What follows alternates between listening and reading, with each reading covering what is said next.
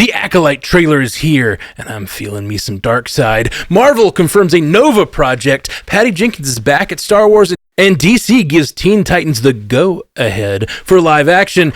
All that and more on this week's Multiverse News.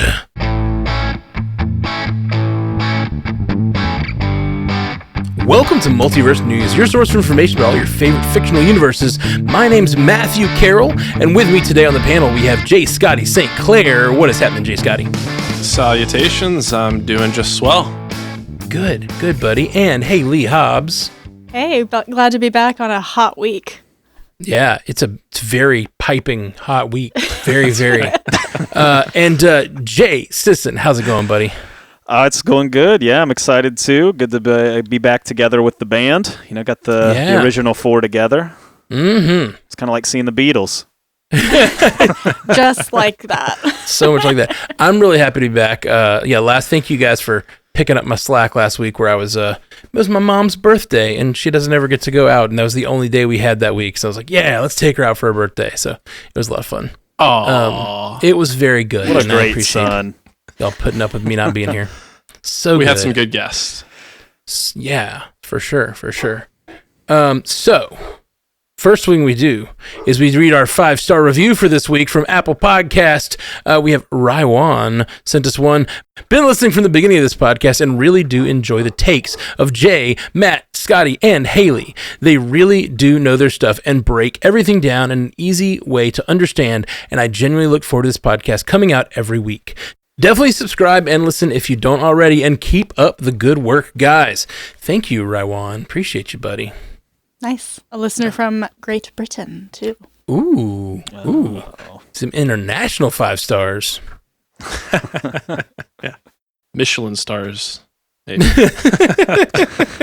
If you want us to read your Michelin star review, make sure you leave it on Apple Podcasts. What would be 5 stars in the metric system? It would be different, right? Like be some different measurement. Jay, don't be like that tonight. I got bad news for you, Haley. I'm like this every night. There's something very spicy about you tonight. That's true. Yeah, I am feeling a little on edge. What do you want to do tonight, Jay? The same thing we do every night, Pinky.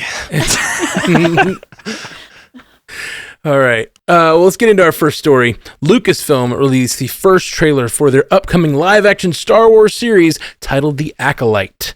The show will premiere with 2 episodes on June 4th. Though the trailer is a little more than a minute long, it doesn't show its hand too much, other than to imply that someone or something is hunting and killing Jedi. Star Wars has been on a roll recently with its television shows. Is this going to follow suit?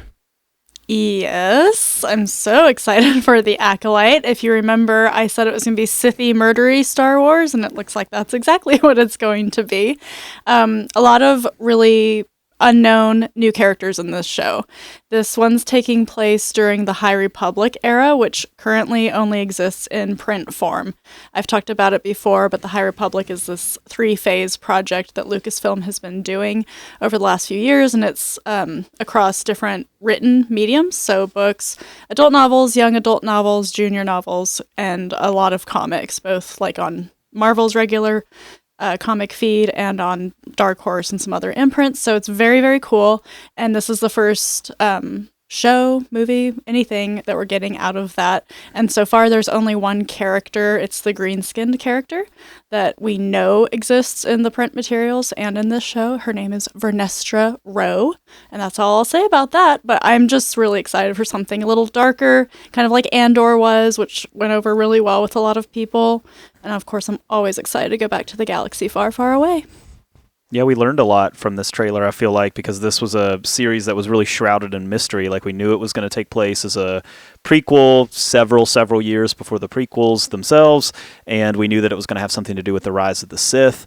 But really past that, we didn't know much about the vibe of it or just kind of like the characters or anything. So to me, like, I'm getting a murder mystery sort of feel from it. I'm also seeing like the obvious influence of like martial arts films within it. There's a lot of like kind of martial arts type things going on, which Star Wars has obviously been influenced by across the board, but just feels a lot more present here.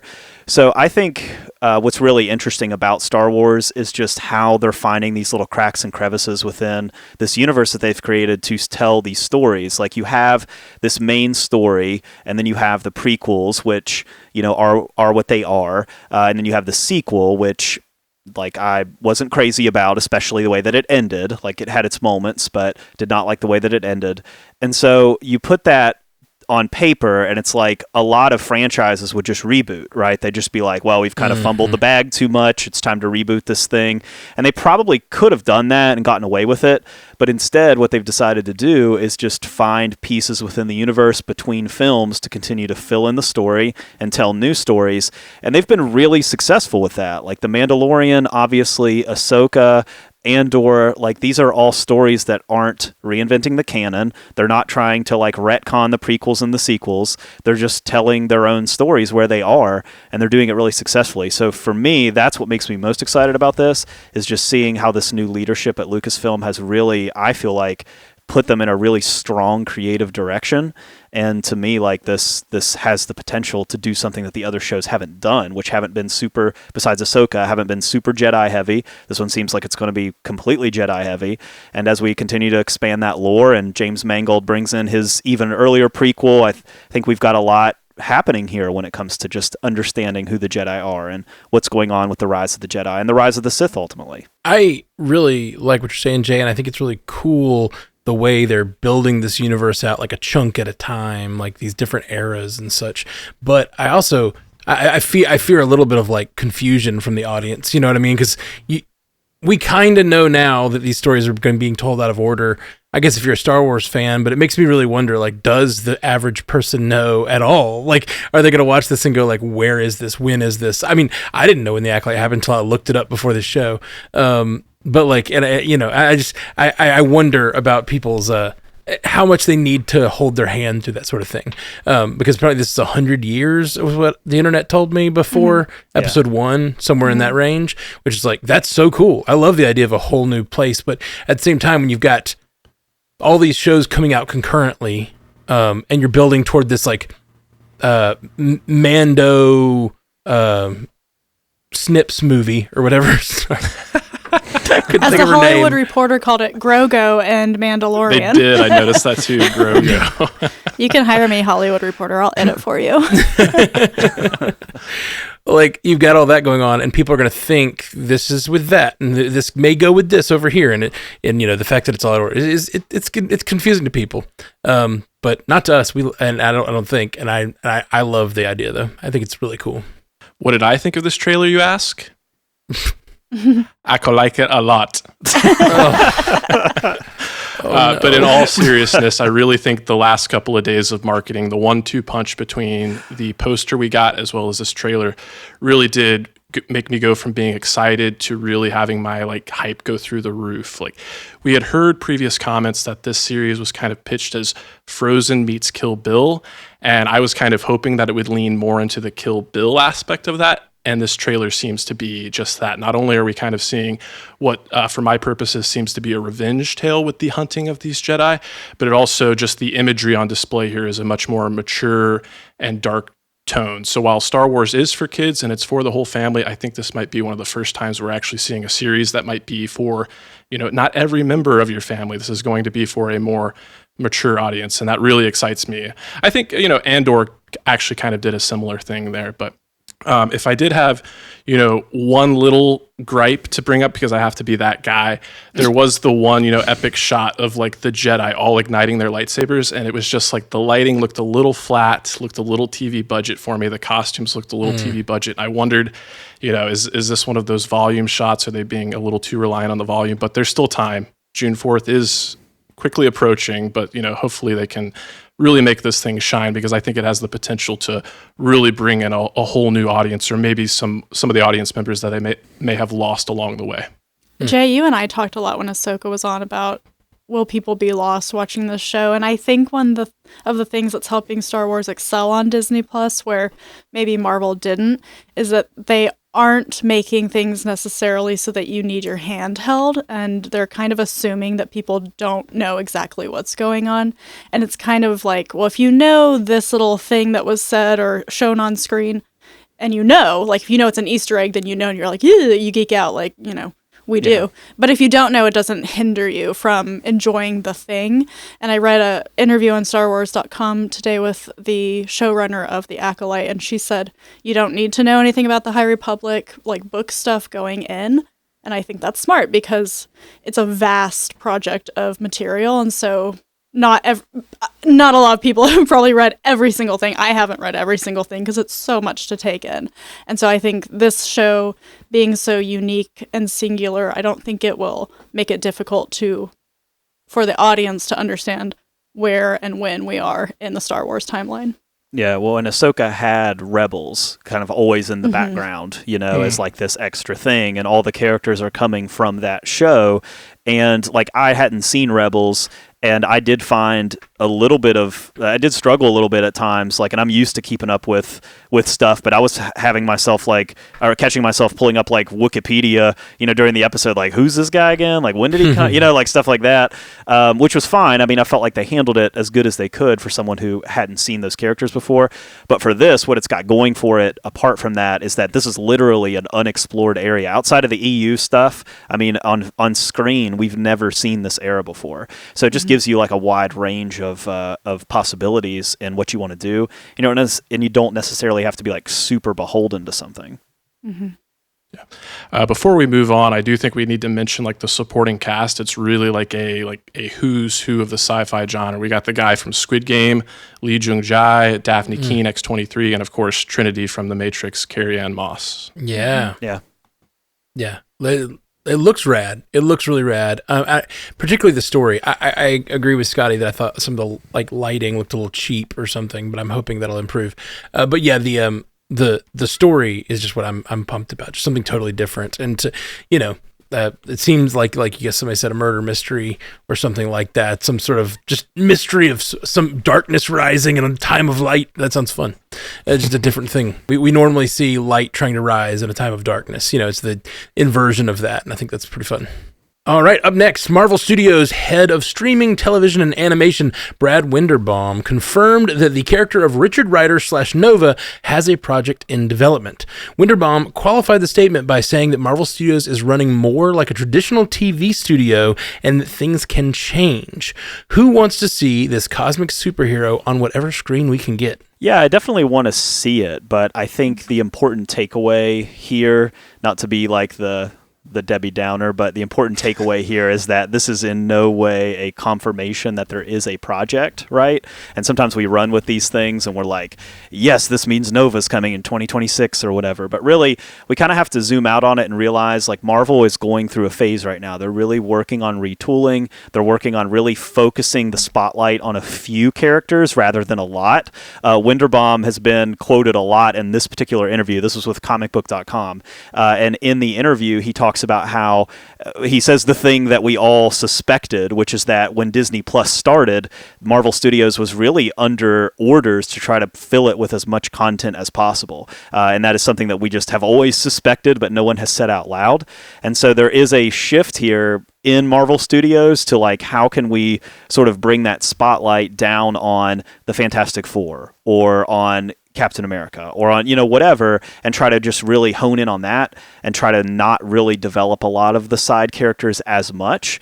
And so what's going to happen here is these conversations are going to happen, but they're going to happen with that in mind, right? Like if this project had been talked about when Bob Chapek was in charge, like Nova would have probably made its way to Disney Plus really quickly, right? Because it was during that phase where it was just like everything was making its way to Disney Plus. But we're kind of in this new phase. So I think you just kind of have to take it with that in stride. Clearly, there are people in charge there that are interested in it, and they have investment in the character, and they want to see it, and that's a good thing. But also, we kind of have to walk away and say, okay, but it's not confirmed. It's not in active development, but it is a conversation, which is, I think, encouraging and cool if you're a fan of that character. The thing that I found surprising most about this was the fact that it seems, since it's Brad Winderbaum talking about it, it's likely to be a TV project instead of a movie. I think Nova the character and the way he's been set up so far lends itself to a movie really well. And so I really thought that would be a character, just like a really good origin story for a character they could do as a movie. But like, you know, the TV show could be great too, but I guess I was just thinking the scale of Nova would be really cool for a movie. Yeah, as you mentioned, I think we got to take all of this with a grain of salt, especially with like Brad Winderbaum. Like he's really been on a tear this week. He's been making a lot of comments. So how believable they all are, I think that's, you know, we still have to kind of wait to see how that's all going to pan out. But in terms of this character, I had kind of previously mentioned that Nova's not really a character that I'm like, you know, chomping at the bit. I always want to say biting at the chomp, but it's chomping at the bit. I don't know why I always want to inverse that. Just start it. It's your thing now.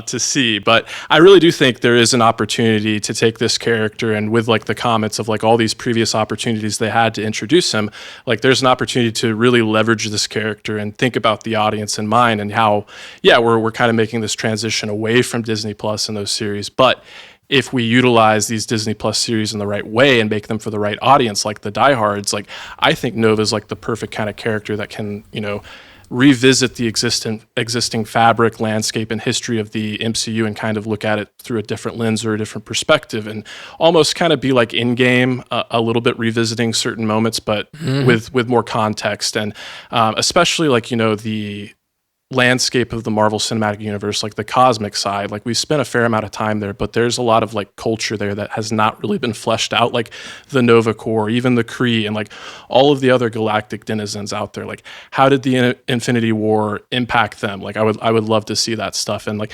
final thought here is just like these comments do remind me a lot of similar comments that we heard about Black Panther, Doctor Strange, and Captain Marvel, all like in the couple of years preceding their eventual debut. So I do think while it's still an uncertain thing, it does bode well to his eventual debut here, because there's obviously a vested interest in the character. So the tear that Brad Winderbaum has been on that you spoke of, Scotty, this feels like a PR campaign to me to build back some trust in Marvel Studios TV. And it's timed well, because of course it is, right here on the heels of XMen 97, which is going to drop today when you're listening to it, if it's Wednesday, March 20th. So they have the TV studios head, you know, going around saying all kinds of wild and maybe wacky things. Like he said, we might revisit Agents of S.H.I.E.L.D. And yes, I had to mention it on this show because that's a wild thing for him to go out and claim that they're even thinking about doing something again with Agents of S.H.I.E.L.D. in whatever capacity. He was extremely nonspecific, of course, but he also came out and said Wonder Man and Ironheart are both being edited currently. So he's doing a spread of all these projects that could, but then he's saying, but things might change, but you never know. And so, you know, it's a very interesting tactic to take. I almost think it's a little much, and maybe they should have continued to take a back seat for a while, see how the X-Men 97 launch goes, especially with the controversy surrounding the firing, parting of ways, whatever, with that showrunner, because it just feels a little forced for me. Kevin was calling him. He's like, pick up, Brad. Yeah. Kevin was calling all these news outlets and was like, you want to talk to Brad? You want to talk to Brad? You want to talk to Brad? He's making the same expression he was during those interviews with Amy Pascal a couple of years ago.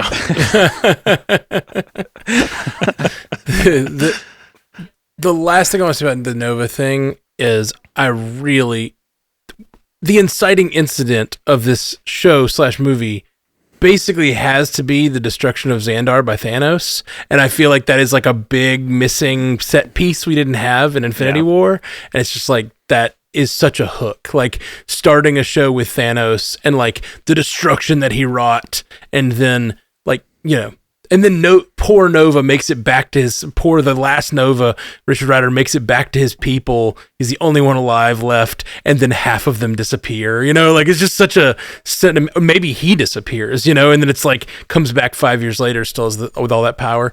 I don't know. Just seems like it could be a really intriguing way to start a thing, show or movie. Didn't we talk about like 45 minutes of like unused like pre-visual footage from like the Battle of Xandar? Like that's what I'm saying. Like if we have fewer Disney Plus series and we can pour more money into them, you take that existing footage, you finalize that, and then just, you know, add Yeah. Richard Rider, and that would be awesome. That would be awesome. And at one point, they talked about Nova being in either Infinity War or Endgame. Right. So it's possible he was already there at the original footage of Xandar. Yeah, in the first draft, he was supposed to be the one to warn Earth it wasn't going to be Hulk being thrown through the sanctum to warn that Thanos was coming. It was going to be Nova. Wow. So that's always been, I mean, it's as far back as Infinity War, that character's been in the conversation. Yeah, sure. Okay, up next, director Patty Jenkins revealed that she is back on board to helm the Rogue Squadron movie after making a new deal with Lucasfilm. Originally announced back in 2020, the project has shifted around due to changes with Jenkins, the potential of it being made into a television show, and more. Jenkins has long wanted to make what she calls a fighter pilot movie for Star Wars. Will the movie that has so far been 4 years in the making truly take off? I sure hope so. I do love Patty Jenkins as a director, even though Wonder Woman 2 was an absolute flop. I think she's got a real talent there, and I think she'd do great in Star Wars. None of this surprised me, especially because on the publishing side, Lucasfilm has been kind of, in a way, recanonizing some of their Legends material, their expanded universe material, calling it Essential Legends, and the Rogue Squadron books are all part of that Essential Legends. So I was like, who's going to make this movie? Because somebody's going to. And I'm glad that Patty gets to come back and do it at the cost of her contract with DC, of course, but it could be fun. It could be another new look at Star Wars, like we were just talking about with the Acolyte, something different. Like, they're all kind of war movies in their way, but I think she could lend her view to it and her lens in a way that makes it feel unique and special, and I like to watch the spaceships go pew-pew in space. Correct me if I'm wrong here, but these were just Patty Jenkins statements. Disney and Lucasfilm have not confirmed that she's back on this project in any way, shape, or form, have they?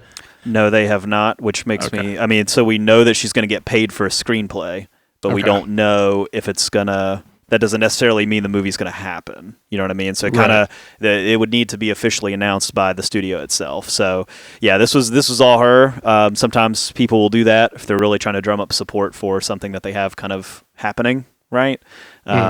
So, but it's definitely not a confirmation for sure. Yeah, she made these comments on a podcast, if I'm not mistaken, and Can't trust a podcast. I feel like Patty was kind of unfairly maligned after Wonder Woman 84. It certainly had some flaws, but I don't lay all of those at her feet. And just like, reading her comments and how passionate and personal this project really seems to be for her, I do hope it pans out, and I hope she gets this opportunity, because I do think she's a fantastic filmmaker, and Hollywood is very much a, like, what have you done for me lately? And it's a real shame that, like, she's been, under such fire, whereas, I think some of her contemporaries have been afforded the opportunity to make similar mistakes and have not been, lambasted the same way.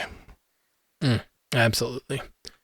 Up next, DC Studios is going all in on Supergirl Woman of Tomorrow writer Anna Nogueira, who will also pen the live-action adaptation of Teen Titans. While the original Teen Titans were introduced in the 1960s in DC Comics, the characters have grown and expanded and found a popular audience with the animated show Teen Titans Go on Cartoon Network. Do we think these beloved characters will translate well in Gunn's new DCU? Yeah, I certainly think there's an opportunity for it, and I think back the last time we talked about Anna Nogueira was probably back in like November, where she became reattached to the Supergirl movie. She was previously attached to it, and then, unfortunately, that project didn't seem like it was going to happen. And thankfully, she was able to be reattached to this new version under James Gunn's DCU. So I think it really speaks to a synergy that must exist between she and Gunn, and she clearly has a pretty keen interest in, lending a voice to younger characters as well as like legacy characters. So whereas we've heard Millie Alcock's Supergirl is going to be like a darker take on the character, I for one kind of hope that this series will lean into the more like goofy elements from both cartoon series that really endeared so many people to these characters. And maybe it can also kind of take a page out of the book of like Kick-Ass, whereas like, you had Hit Girl in that movie and she was running around and it was really funny, but it was also like, was a little questionable, like, is this entirely okay? So I guess my final thought here is like really outside of Sam Wilson and with, Falcon and the Winter Soldier, we haven't really seen any other heroes in this modern superhero era, like, shed one mantle for another. So for my purposes, we've heard that the Brave and Bold is going to focus on the Damian Wayne version of Robin. So I hope that this film will focus a little bit more on Dick Grayson and maybe his maturation from Robin to Nightwing and the leader of the Titans. Yeah, you kind of touched on what my curiosity about it is, which is who's the audience, because we have the animated stuff on Cartoon Network, and then there's the Titans show that's on Max that is very much not for kids, and so it's, where is this one going to land? Probably somewhere in the happy middle would be my guess, because I think that Gunn wants to try to spread the universe out a little bit and make it accessible to most people.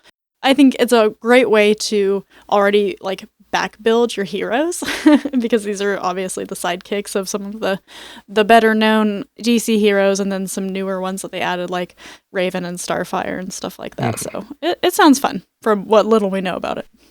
Hey, I've been missing a Marvel DC arms race. We haven't had one of those in a while. And so you think about the Avengers and the Justice League. You think about Civil War and Batman versus Superman sort of happening at the same time. And now we got Marvel recruiting the Young Avengers and their universe. And we got this Teen Titans forming over here. We got the Suicide Squad and the Thunderbolts. You kind of got these. It's a new age of our new arms race is here, and I'm all here for it. It feels weird to me because, as you said, there's not a lot of sidekicks that have been introduced, and we often talk about DC in the past kind of putting the cart before the horse, not introducing characters so that we can care about them when they do team ups. And I think that, Titans does have a big following from different quarters, as Joe mentioned, but it does seem like a cart before the horse thing. But this could be, I don't know when they're just starting to pin this or whatever. So maybe this is phase 2. I don't know, but it just feels like you got to introduce the characters. And then you've got to introduce their sidekicks. Then you have to, it's just like step after step after step before you can have the sidekicks feel like they need their own team. That's you got to have a Justice League. It feels like before you have a Teen Titans, I guess. And it just feels like we're still far from the Justice League. But maybe they'll make up a lot of ground in the Superman movie. I don't know. Well, before we go on break here, we have a Patreon. We're here every week bringing you guys the news, wonderful little news nuggets, and we present them to you like as our best news nuggets just for you. Fresh hot pipe and news nuggets. That's right. Get them. That's right. Get your news nuggets here. Sorry, old timey beard, old timey voice. But patreon.com/multiverse newscast, $4 a month, supports the show and gets you the content ad free, and yeah, it really helps us out a lot. So if you like the content, if you want to give us that one little $1 a week tip, it would really help out. And we'll be right back with more news. So much more news. This was we just scratch in the nuggets right now. All that right after this. Welcome back to Multiverse News, and guys, we are coming up on our 1-year anniversary. Did you guys realize this? You guys out there realizing this? It's crazy. I've really loved making the show with you guys, so we're going to do a celebration in 2 weeks.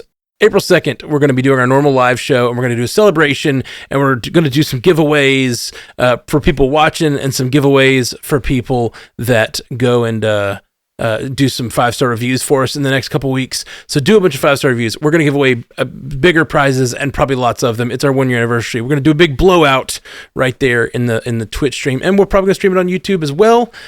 So give us some 5-star reviews. Come hang out on April 2nd and join us on Twitch and YouTube, and it's going to be a good time. It's going to be a real good time. And people who have been followers of Stranded Panda for a while, we used to do hangouts after our shows sometimes, after trivia. We're going to do that. I don't know if we'll go as late as we used to. I'm older now. Nope. Not with but you can do it without me. I might get a wild hair and go till 5 a.m. Who knows? But we'll probably do just some games and drinking and just invite you guys on the Zoom call. So come hang out April 2nd, and we're just gonna do is hang out after we do the show. So join us for that. Turning to our Spotify poll for this week. Do Deadpool reshoots excite or concern you more? And 71% of you said excite. And the rest of you are pessimists. I think that's in line with my own personal insights. I think I'm 75% excited, and there's just that one quarter that I'm a little worried. Don't delay. Don't delay. It's the only release this year. Oh, that's true. Oh, please don't delay. Lord. I think they're probably too close at this point. Like, it would be shocking if they delayed this. I mean, it's July. Like, it's not that far off. Yeah. I mean, they've done crazy reshoots in the past, just the last second to get one good thing in there or whatever. I was reminded of the shawarma scene that was apparently like shot like right before it was in theaters. They were just like, apparently Chris Evans had that Snowpiercer beard. So you see he has his hand on his face and stuff. It's a lot of fun. So things like that couldn't absolutely happen, Absolutely. Okay. Well, you guys ready to dive into the lightning round? Oh, yeah. Let's do it. Me too. Got a meaty one. Got a juicy, meaty, Oh my gosh. big. It's like the sandworms of Arrakis, big, writhing and thriving with electricity. God. What is happening? We gotta get some spice I was or waiting for the something. third descriptor word. I was ready to be blown away. I don't have one.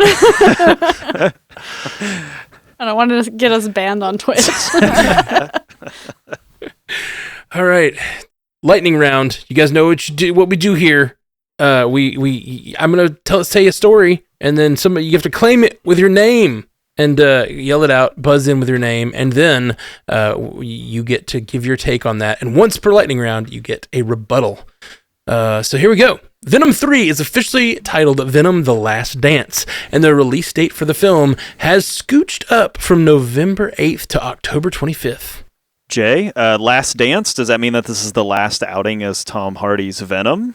Maybe so, I don't know, but that's a curious title. So that's the question that I'm walking away with. In this Sonyverse, which seems to be dissolving by the day and falling apart at the seams.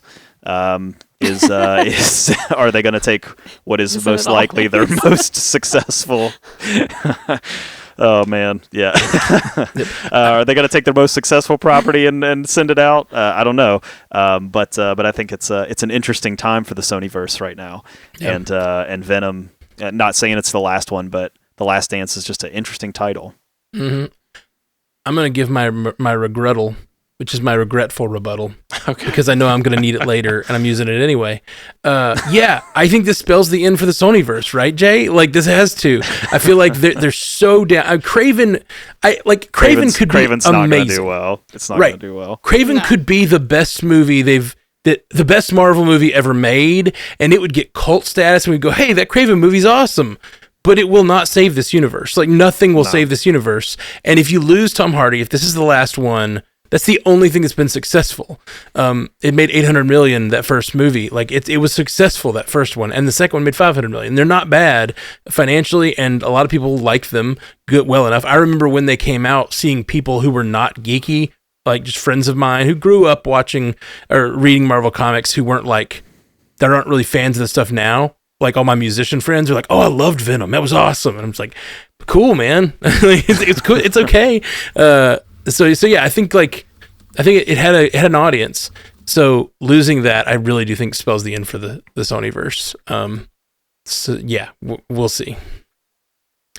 Ari Aster has assembled an all-star cast for his next film, Eddington, which began production last week. Joaquin Phoenix, Pedro Pascal, Emma Stone, and Austin Butler are set to star in the A24 feature. Scotty, A24, Ari Aster, and a absolutely star-studded cast. You need say no more. I'm totally in. I'm really looking forward to this one. I think it's been described as a modern Western, which is kind of a departure for Ari Aster, but his last film, Beau is Afraid, is like, I don't know if that fits into any genre. So it'll be interesting to watch his trajectory here as a filmmaker. In April 2023, Variety reported that a Twilight series was in early development. Last week, Lionsgate Vice Chairman Michael Burns confirmed that the project is currently being shopped and that it has shifted to an animated series. Matt, clearly no one's jumping on this one. I'll jump on it. Twilight, I hate it. It's trash. It's terrible. And come at me. For you. For everybody. I'm just joking. Obviously, if you like Twilight, it's great. I think the movies are pretty trash. I think, people, obviously there's a lot of fans of the books and fans of those movies too. So if you like it, that's great. I'm just being I had to have a take, okay? And that's my take. If no one else was saying nothing. My mom always said be quiet if I have anything nice to say. You guys were all being quiet. I'm just going to say it. I don't like these things. We should have just moved on. Well, that's fine. I'm saying we should have just not said anything. Yeah, just be quiet. Would have been really funny. Yeah.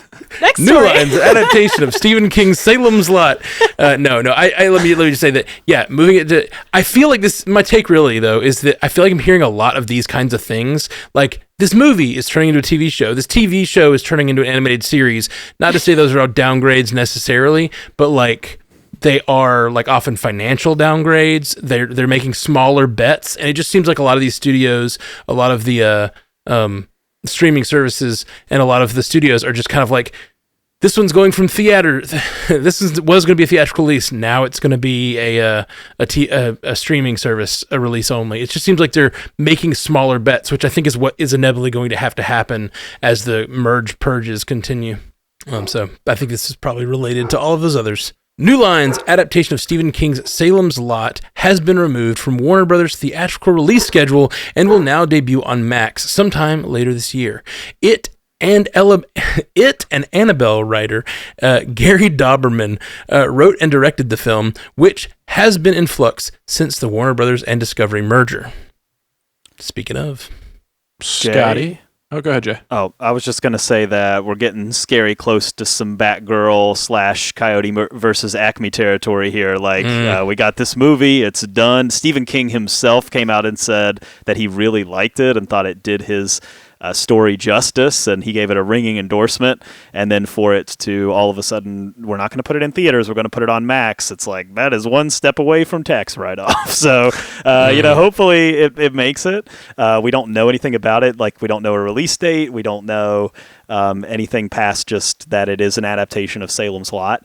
But this is, we can't really trust Warner Brothers anymore with these properties that they make. Sometimes they take that escape shaft and it makes us all very angry. Yeah. Well, maybe Stephen King will just take that one on the chin if Zaslav decides to shelve it. If he likes it that much. Didn't he say something else was really good that ended up being pretty terrible? I wouldn't be surprised. He doesn't like The Shining. Oh man, yeah. What was the one? I think he liked Dreamcatcher. Was the one. I know what you're talking about, Haley. He tweeted about it, about how much he liked it or something, and then it was clear he had been paid to say it. Oh, the Flash. The Flash? Yes, it was the Flash. Yes, that's right. Yes. I'm going to be re-traumatized talking about this. We talked about the Flash for 2 months straight on this show. We're going to like that again, too. Netflix anthology series Black Mirror will return in 2025 with 6 new episodes, including a sequel to the sci-fi adventure episode USS Callister. Matt, this is cool. Feel free to answer my question. It won't count as a rebuttal. Have they done a sequel before at all? I know they've done episodes that sort of had ties together, but I don't know that they've done a direct sequel to an episode. No, they've never done a sequel that I can think of. Cool. USS Callister is one of my favorite episodes. I love that episode. And this could be a really cool thing to sequelize. And just in general, I've kind of fallen off Black Mirror, which is why I don't know if there's a sequel episode. I saw the first maybe 2 or 3 seasons. And yeah, it's just always, I haven't been able to take it in my heart. I just can't take that show sometimes. Yeah. So, that's fair. I get that. Yeah. It can be heavy. Yeah, for sure. And I really liked how the USS Callister ended. And I'm kind of hoping they don't, break my heart again? Why's that show always got to break my heart, guys? That's when I always point people to, like, if they're like, I want to get into Black Mirror, but I don't really know where to start. I'd never start with season 1, episode 1. Never. Do not start with season 1, episode 1, because it's an anthology series, so that's like one of the craziest episodes. Yeah, USS Callister is very good. Like, it's a riff on Star Trek. Jesse Plemons is in it. Like, it's good. And yeah, it's if you're gonna pick one to get a sequel, like that would be my first choice for sure. I feel like it's sending them to USS Callister, Jay, though, is kind of catfishing them. It's like, look at this cool, sci-fi, hopeful, interesting episode, and then, like, I might as well start at episode 1. No, don't do it. All right. I can't tell you how many times I've been like, yeah, like I love Black Mirror, like, and talk to people about it, and then they go, I went and watched that like crazy ass show that you told me to watch, and I don't know why you like it, and I'm like, oh no, they started with 1, I didn't tell them. It's really funny. All right, FX's The Bear has quietly been renewed for a 4th season, which will film back-to-back with the 3rd season. Haley, cool. People love this show. Great. Andy and Barbara Muschietti, the filmmaking team behind the $1 billion grossing It movies and last year's The Flash, Jay, have teamed up with Skydance to launch a brand new horror division named Nocturna. The Muschiettis will co-own the label and run its creative direction. Scotty, yeah. Andy Muschietti kind of, as stated here in the rundown, his roots are in horror. Before the It movies, he kind of did this cult classic called Mama, which just had some, it was a pretty good story and had some great practical effects on display there. So for him to kind of return to his roots alongside his sister, who's been a great partner throughout the duration of his career, I like it. And whether or not his Batman film will pan out, given the reception to The Flash, we haven't heard anything on that front, but at least he has something positive going for him to fall back on. According to industry insider Jeff Snyder, Scarlett Johansson has reportedly been offered the lead role for the upcoming Jurassic World film, currently scheduled for 2025. Haley, that's promising, right? We love Scarlett. And it kind of tells us if it's true, they are going totally different. So we probably won't necessarily see some of our Jurassic World past leads like Chris and Bryce. Mm-hmm. Yeah. Scotty with what'd you call it, regrettal? Yeah, I think I called it that. Everybody gets a rebuttal, a regrettal, and a tiny butt. Tiny butt. I'm going to take this Minuscule opportunity to be entirely pedantic, but it's this whole discourse around this new Jurassic film. Like, everyone's calling it Jurassic World, and why are we calling it Jurassic World? We don't know that it's going to be attached to Jurassic World in any way, shape, or form. Let's just call it Jurassic franchise, Jurassic film. Weirdly, they keep calling it Jurassic World, so I feel like we have to, but it's like, why are you guys calling it Jurassic World? Because you keep saying it's not going to be connected, so... when I say we, the collective, the society.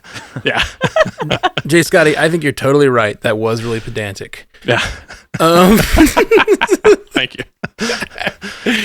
AMC picked up the rights to all 4 seasons of the post-apocalyptic drama Snowpiercer, including the completed but never aired 4th season. The first 3 seasons will begin streaming on AMC Plus later this year, with the final season set to premiere on both AMC and AMC Plus in early 2025.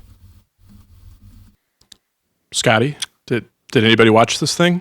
Nope. No? I tried once. Movie's cool. Yeah, I like the movie a lot. I know Scott Derrickson good. was attached to it. I think he was like maybe showrunner, executive producer.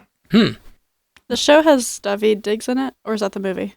I got to be the show. It's the I show. don't remember him being in the movie. Show. It looks really good. I've seen a lot of trailers for it and always been like, ooh, that looks like a cool show to watch. And then I just never did get into it. Maybe this kind of makes me want to. When a show gets picked up for a second time, I kind of go like, oh, well, somebody wanted to save it, Like it was on the chopping block, and there's some fandom that came around it to save it. Like I'd like maybe it's something worthy there. Yeah, that's always a cool thing. Like when a show gets canceled and then all of a sudden it gets picked up, so people get to finish the story that they started with, which is always a bummer when you don't get to. Yeah, for sure. Universal announced the release date for its latest action flick, With Love, starring Everything Everywhere All at Once Oscar winner Ke-Huy Quan. This marks Kwan's first major leading role in his 40 years in Hollywood. With Love is scheduled to hit theaters February 7th, 2025. Jay, I just love this for Ke Huy Quan. I think most people do, right? I mean, most people who've caught him in anything, like, he's always a standout. I think he had such success early in his career, obviously, with Indiana Jones and the Goonies and all that type of stuff. And then he just went a really long time without having work. And it just, he kind of fell into this, like, weird place of kind of being typecast. Like, he's almost seen as like a one-note actor, when I think he's proven that he can be more than that. So the idea of him getting Loki, getting everything everywhere all at once, like these roles that have kind of pushed him more into the public, and then obviously the Oscar win to like really bring it all home. It's just cool to see that comeback story, like see him kind of get this like career resurgence and get this second act and doing something with it. Absolutely. Lionsgate released the first official trailer for the remake of The Crow, which stars Bill Skarsgård. The film releases in theaters on June 7th. Scotty? There are a few films in Hollywood that have the same kind of, legend and mystique surrounding them as The Crow. Like Brandon Lee famously passed away on the set while filming the movie, and they've been trying to get a remake off the ground for so many years. It's been in development hell. I think Jason Momoa was attached to this thing at one point in time. So while I still am kind of on the fence, I don't know how necessary this remake actually is. From what I'm seeing from Bill Skarsgård in the trailer, it does look like it's going to be at least a serviceable modern adaptation with all the hallmarks of modern day filmmaking and the benefits that come with that. Yeah. Tiny, but it just looks awesome. I think this looks great. I was not a huge Crow fan growing up, but I like always, like you said, it was always this legendary thing, and this just, it looks like it's going to be a faithful retelling, and just like, it looks good. It looks really good. That's really all I have to say. It just looks really like it got me amped to see it. So I'm pumped. CBS Studios announced the voice cast for the upcoming Among Us animated series, which is based on the popular video game. Randall Park, Elijah Wood, Yvette Nicole Brown, and Ashley Johnson will voice the main characters. At this time, the series does not have a release date. Jay, I really like this voice cast a lot. Like, I thought it was really, I don't know much about, I mean, I never played this game. I know the basic premise is that you're trying to, you're on a spaceship, you're trying to figure out who the imposter is, kind of like a The Thing type scenario. Somebody's like the liar and you have to figure out who they are type thing. And the idea of that as an animated series, I think, could be fun with the right creative team. Like the idea of like being stranded in space, kind of like the sort of like a workplace comedy in a way, but like devolving into violence. Like Randall Park, like for his role in WandaVision, and just like being like Jimmy Woo in the MCU, and Yvette Nicole Brown, like I love her in like everything she's in. Community, definitely.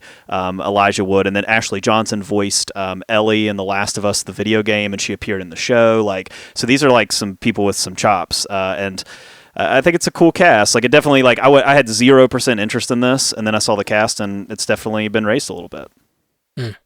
For someone that's never played Among Us, you sure know a lot about it, Jay. Kind of sus. That's pretty sus. Kind of sus, just saying.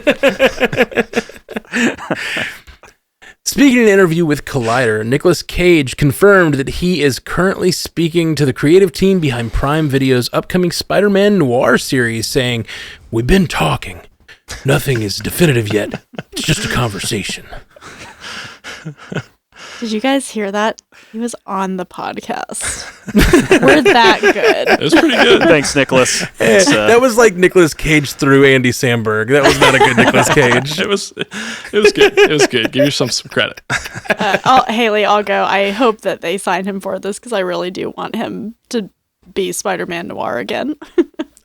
And this is a live action series. Last we talked about it, at least, right? Yes. I really would love to see him do so. this in live action. That would be so much fun. Oh my gosh, it'd be awesome. The upcoming season of Doctor Who, which stars Ncuti Gatwa as the 15th Doctor, will make history as the first season to premiere simultaneously on Disney Plus and the BBC. The Doctor Who season premiere will drop on Disney Plus May 10th at 7 p.m. Eastern Time with a 2-episode premiere. Matt, I watched this morning. I finally watched the first episode where he's the main guy, his first episode, and it's great. So I'm really excited for Ncuti Gatwa's era of Who, and it just, It's cool. I'm digging it. I'm excited.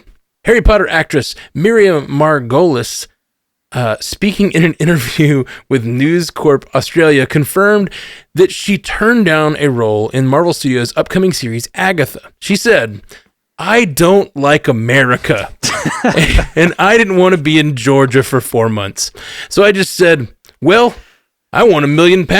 And they said, you can't have $1 million. Or no, I'm sorry, you can have $500,000. And I said, no, I don't want to do it. So it just stopped."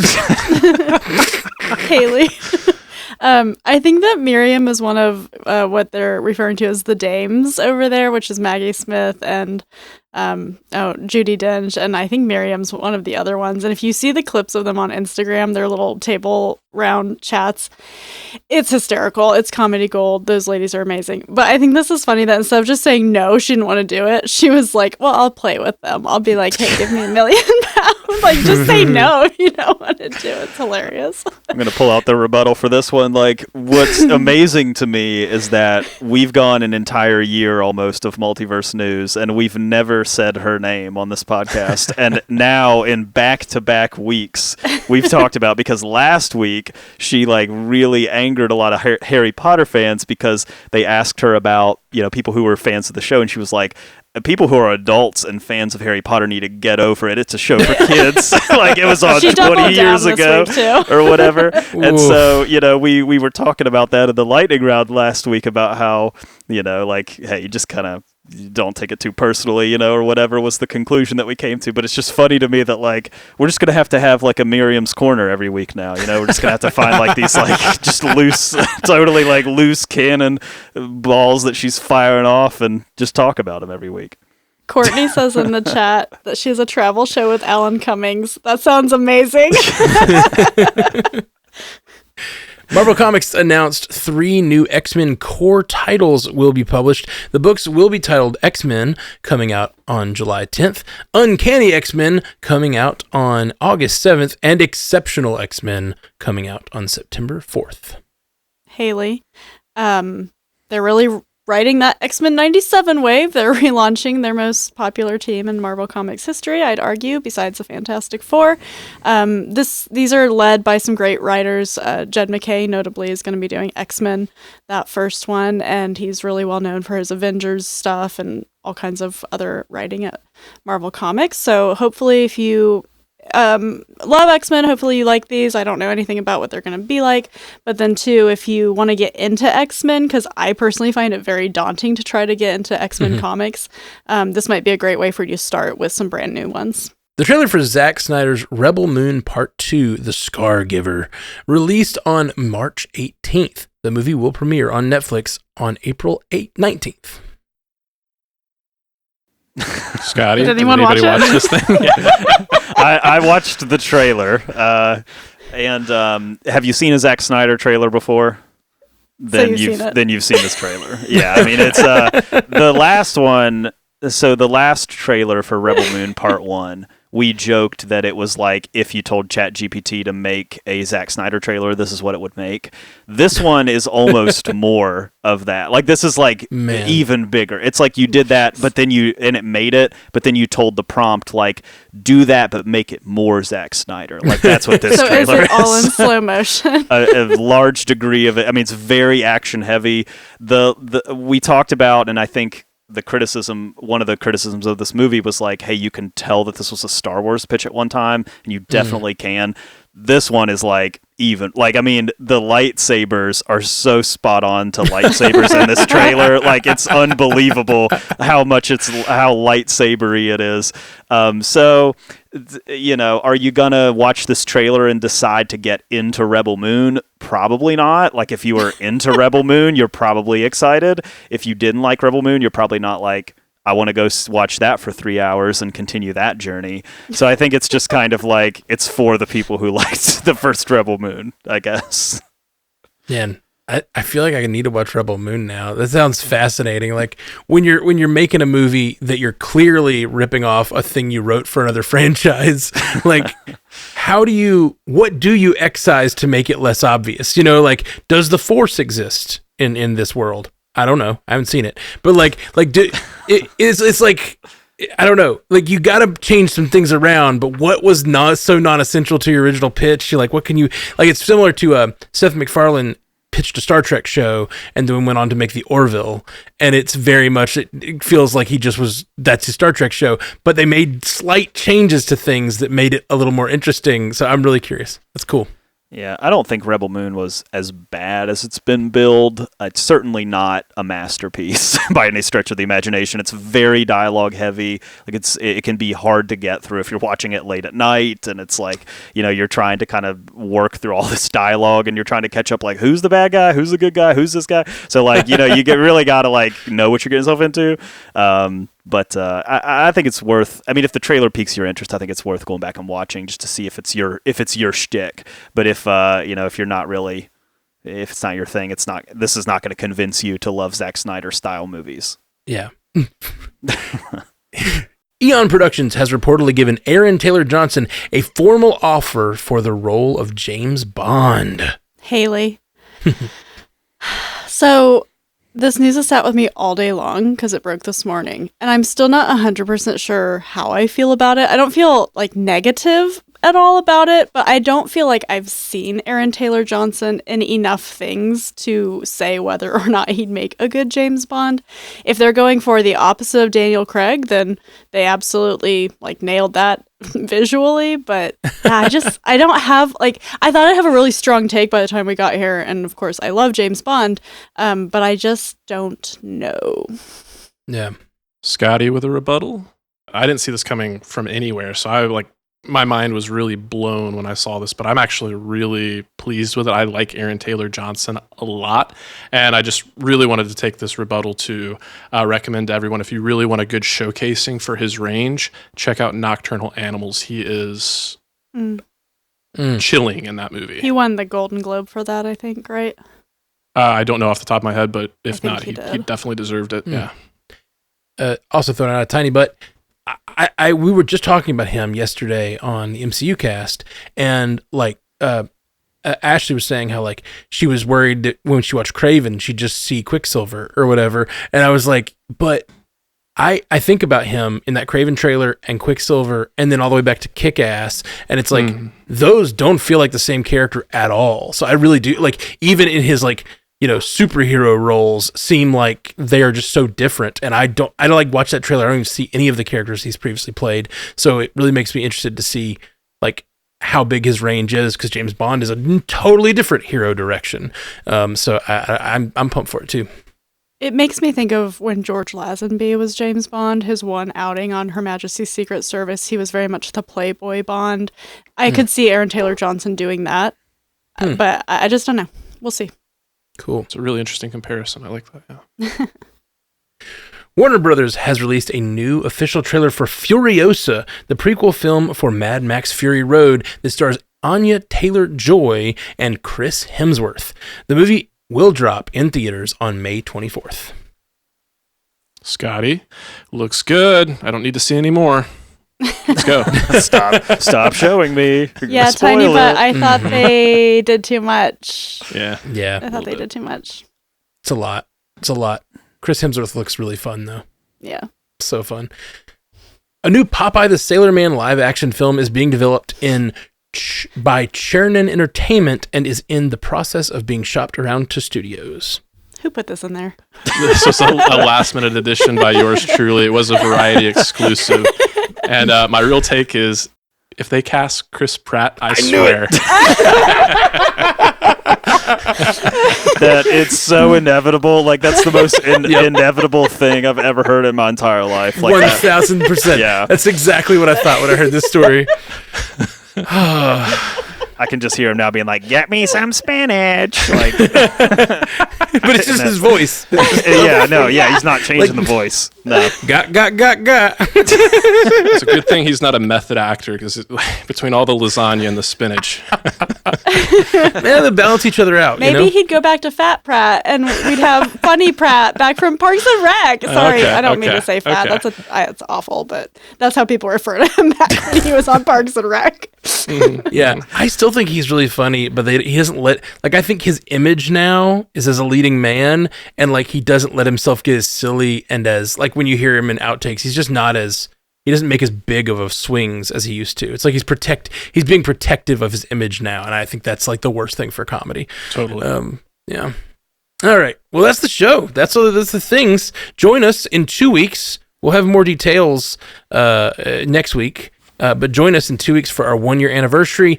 We're going to be doing a big show with party afterwards and drinks, but you got to bring your own. We can't serve those through the internet, and but let's all do champagne or something. It'll be fun. Join us April 2nd for that, and let's go around the room and see where you guys what you guys are doing on the internet these days. J. Scotty St. Clair. Yeah, please check out Animation Deliberation wherever you get your podcast. We've got Invincible has just started its second part of its second season, and XMen 97 is literally just around the corner. So going to be a lot of coverage happening over there wherever you get your podcast. Check it out. Awesome. And Haley Hobbs. Yep, over at Source Pages, we just dropped our primer of sorts for The Bad Batch Season 3 about Dark Disciple by Christy Golden, which is a great book if you haven't read it. It focuses on the character of Asajj Ventress, who is going to show up in the show. She was in the trailer. Then Bingers will have another Dune episode coming out. Scotty, Ash, Bill, and I talking about David Lynch's 1984 movie and the one that was never made by Alejandro Jodorowsky. And then I think Jeff, Ash, and I will be back covering The Acolyte in June. Ooh, nice. And Jay Sisson. Yeah, I'm at Commute the Podcast, where you can learn 3 interesting things in about 20 minutes on your commute to work. We were off this week. We ran a rerun episode, but we will be back next week with a new one on Monday. Sweet. Yes. Check that out. And I'm over on the Marvel Cinematic Universe podcast, as well as other things on the Stranded Panda Network. Check out strandedpanda.com. We got lots of shows over there to check out. And we'll be back next week with more multiverse news. Peace.